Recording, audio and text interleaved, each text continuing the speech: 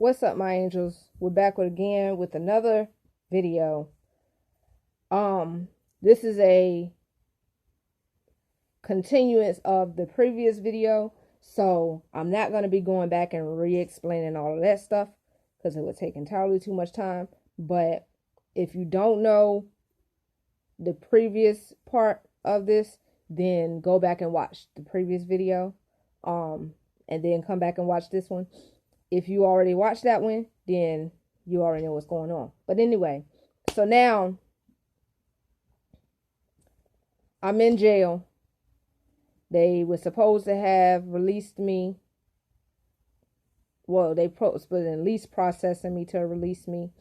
But then they don't know what's going on. They talking about they missing some paperwork. They take me back and inside, and they put me back in the holding cell, and they talking about there's another warrant. So I asked the lady what's going on. She was like, yeah, we found another warrant for Portsmouth. So I'm like, what in the world? So I was like, so does that mean I'm not getting released tonight? She was like, I don't know, you got to go talk to the magistrate again. So I was like, oh my God. So then they try to take me over to talk to the magistrate, which means they got to take the cuffs from off my ankle so like they can take me back over. So she goes and tries to unlock the cuff, and the cuff won't unlock. So now I'm stuck. And so she keeps trying to take the cuff off. She can't get the cuff off. So she goes and leaves out to go and try to get the cuff off, to try to find the key that's going to work to get the cuff off. In the meantime, in the other holding cell, I heard a magistrate on the thing calling my name. So I'm like, oh my God. Is she going to call my name and see that I'm not responding and be like, okay, forget this, and then I'm going to be stuck in here and I'm going to have to stay? I don't know what's going to happen. I'm stuck in here. I'm supposed to have been out. I need to get out. I wasn't even supposed to be in here. I need to go get my baby. All that's going through my head. I'm just like trying not to freak out. So, they come back. They trying to get the cuff off again. They still can't get the cuff off. She calls up to the other guy that was one of the other arresting officers, and one of the arresting policemen. He see if he could find the key to bring. Eventually, after a while, she gets the cuff off and takes me back to the holding cell where the magistrate speaks to you and puts me back in there. She was like, forget the ankle cuff, because by this time she was already frustrated. She was like, don't forget the ankle cuff. So, by the way, they had already moved the cuffs from behind me to in front of me because of my back. I don't know if y'all know about my back and everything, but I'm basically a robot. So, it hurts to have my arms stuck behind me like that and having to try to maneuver and do everything with my arms behind me. It doesn't work.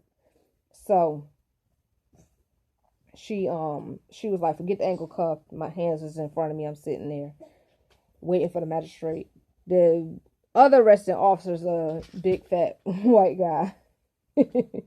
And he comes hauling ass down the hallway. Just, here's the key. I found the key. And then he looks over at me. He's like, I found the key. Oh, you don't need the key. Okay. The lady, other officer, I keep calling them officers. I don't force a habit. The police lady just busts out laughing, dies laughing. She was like, oh my God. She was laughing for like 5 minutes. She had ran all the way to the other side, dying laughing. She came back. She was like, I needed that laugh, because she was just irritated and frustrated. So then apparently she had lost her key. Then I heard her run down the hallway talking about, I need some crack. I was like, but anyway,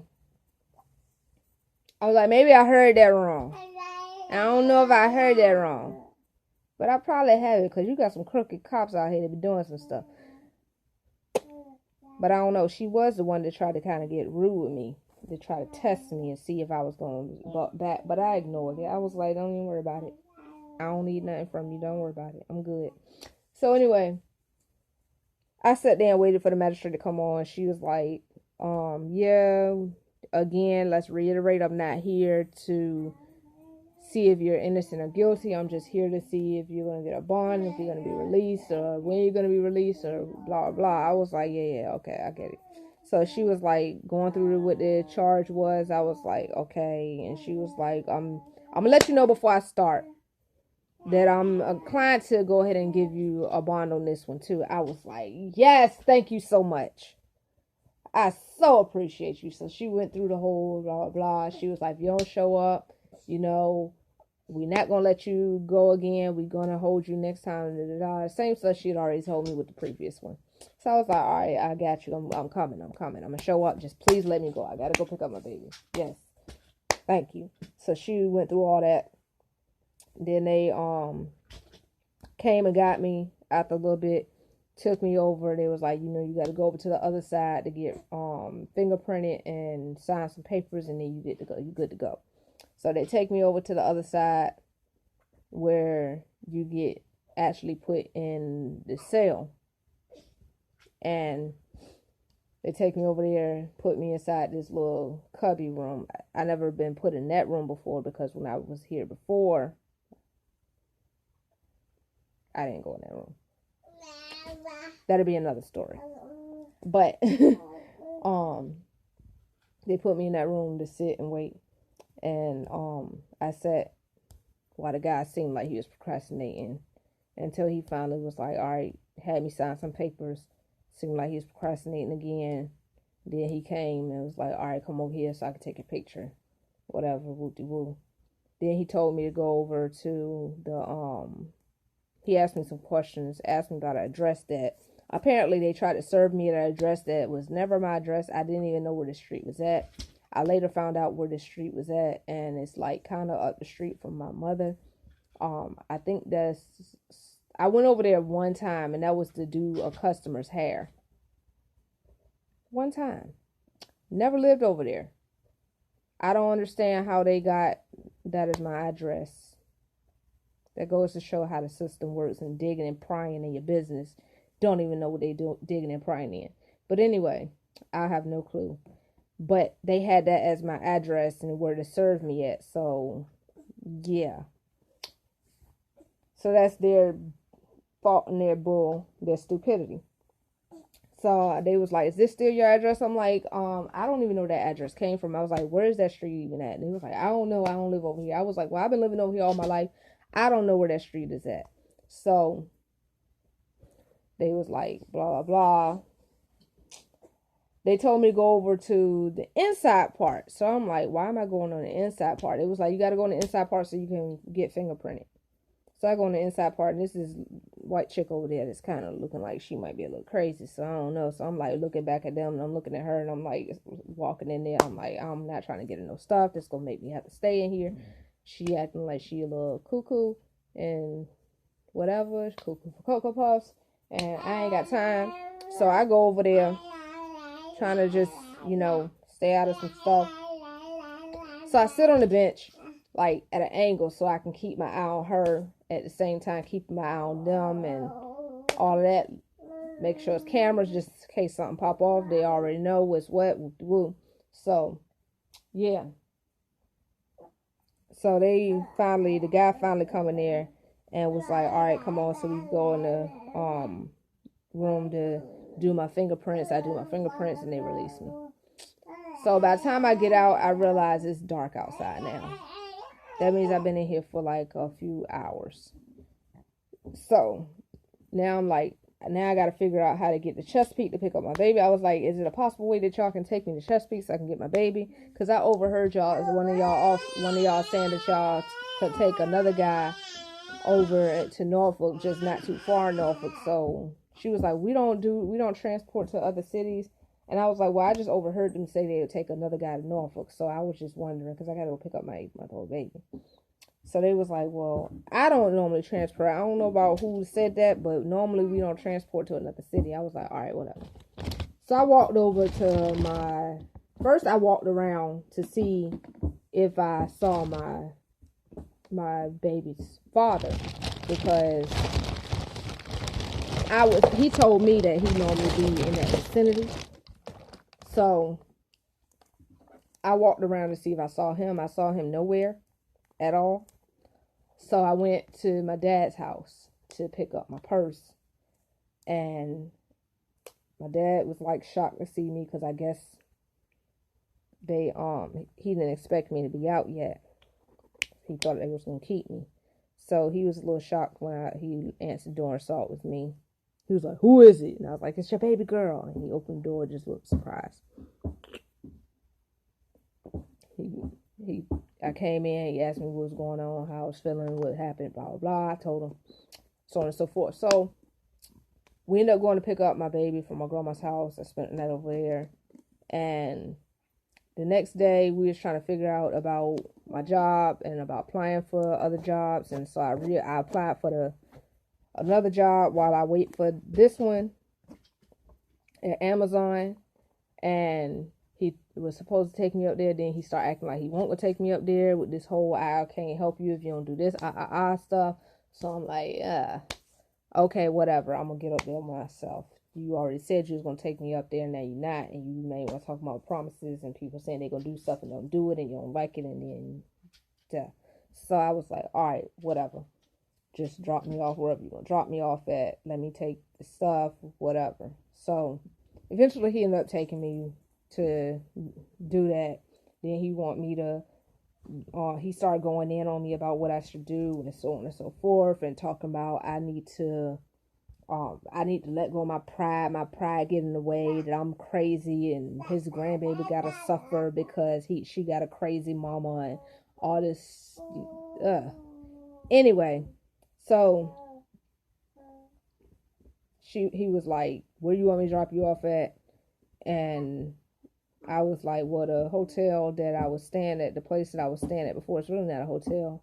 It kind of is, but it's kind of not, because it's not for people it's extended stay. So I was like, take me over there, because that's the place that I could afford, and so on and so forth at the moment. So he was like, I don't feel comfortable taking you over there, because the only place I feel comfortable taking you is social service. I was like, well, didn't take me to social service then. So he would just looked at me with this stupid look. And I'm like, you the one just said you only feel comfortable taking me to social service, so take me to social service. What's the problem? So he was like, da da da. I don't, you and your pride and this and that. You can, you keep doing this, and you can keep doing all this stuff, and it won't make whatever he was saying. I was like, what you want me to do? I was like, what you want me to beg him to let me stay there? He looked at me. He was like, exactly. That's exactly what you need to do. So I was like, all right, whatever. You want to take me over there? I don't care. Take me over there. I don't care. So he's like, now was like, he started going another direction. He was like, he needed to get gas. And then he was like, so you want to go over there now? I was like, I don't care. I guess I don't care. I was like, unless you want to take me to pick up the stuff that was in my mama's car, because my baby was at my grandma's house. So I was like, unless you want to take me to pick up the stuff in my mama's car real quick, you can take me to do that first. And so he took me over there. We picked up that stuff. My mom was in the bed getting her rest before her work that night, which was supposed to be my work that night. But yeah, so she was getting her rest. She got up and answered the door, unlocked her car so I can get my stuff. Then we went to the direction to go to drop me back off at my uncle's house. And then my dad was like, you want to eat? He was like, did you eat? You hungry? Blah, blah, blah. He was like, he's going to take me out to eat. So first, before that, he just pulled up at my uncle's house. I'm thinking we getting ready to go out to eat, because he asked me about going to eat. And he's pulling up to my uncle's house. So I'm looking like, oh my God, okay. So he just pulls up and stops. So he was like, what you go in there and say this and go in there and just apologize to him, and this and that will do. So I go in there and it's like, look, I'm sorry for my part in it, and everything that happened. I tried to go and get a room, but I'm gonna go to this program tomorrow and see about getting housing. In the meantime, are you okay with me staying here? Because my dad wanted me to ask. Really, I didn't have to, but But anyway, my dad wanted me to do that, talking about it, blah, blah, blah. So I'm just like, whatever. So I was like, whatever. So he was like, yeah, I wouldn't have called the police. I didn't know you had that fucking warrant. I wouldn't have called the police if I knew that. I'm like, okay. In my head, I'm like, whatever. Because you shouldn't call him in the first place. But, yeah. So I go back out and go out to eat with my dad. My dad takes me out to eat. And then he brings me back. And I'm here. So, that's that. I went to jail. Again. And everybody keep asking me, oh, are you okay?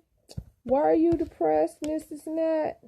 I'm like, I gotta sit around here, listen to whatever, and basically not say nothing to nothing. People can treat me any kind of way. My dad wants me to basically be Cinderella, and whatever people mess up, just run like a little roach behind them and clean up. And, I specifically stay to myself in my little quarters, try not to touch too much of nothing. I even bought my own dishes and my own pots, my own bowls and cups and stuff, so I won't use theirs.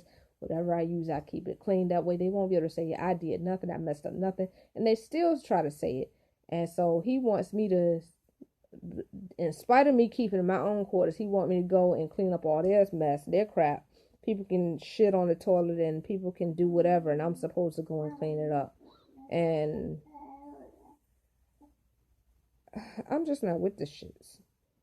Then he trying to throw my baby in this, talking about you won't do what you need to do for your baby. It's not about you and this and that and blah, blah, blah and all this. I'm like, you're right, but my baby don't need to be in this type of environment, and I don't understand why you don't understand that. So I'm just trying to do what I need to do, save my money up. I finally got some money back into my savings account. So we working from there to try to refix this situation. My neighbor is so awesome. She's been seeing the crap that's been going on. And seeing how I'm just trying to stay out of the bull crap. Apparently she saw the police out here. She said she didn't know I was getting arrested, but she saw the police out there. So she was checking on me. Last few days she been like letting me hang with her, taking me where I need to go to do certain stuff, and just letting me hang with her, trying to keep me out of stuff. Like the other day she came over, and I guess my uncle tried to like tell her, oh, I've been yelling at him for no reason in his house and this and that, because she told me about it. He started trying to say that right before I came out the door, and then when I got to the door, he shut up, like, because he knew he was lying. So he just stopped talking, and then he started going to this whole, oh, that's my niece, and this and that, and I love her, and all that stuff again, that crap again. So I just looked at him, and I looked at her like, see what I'm talking about? But anyway, so she was like, then he goes, you asked me about staying here until the 1st, and this and that. And she was like, come here right quick. They tried to get me away from it. I really appreciated that. She pulled me away and just like let me come over her house and sit for a little bit. Try to sit until his nurses leave after he in bed and everything, and to keep me out of trouble. And yesterday she took me with her and we hung out for a little bit. So she's been very, very awesome and very extremely appreciated. So I guess I got a new friend in her. Yeah. So we're gonna see how things go and how things be looking up from here, and try to get this on a more positive note, on a more positive level, cause I'm not with the shits. It's all positive energy over here, So yeah, but that's my I went to jail story and how they tried to keep me. And we're going to try to stay out of trouble. So y'all stay out of trouble. Stay cool in these streets. Stay up. Stay love. Love you guys. Peace.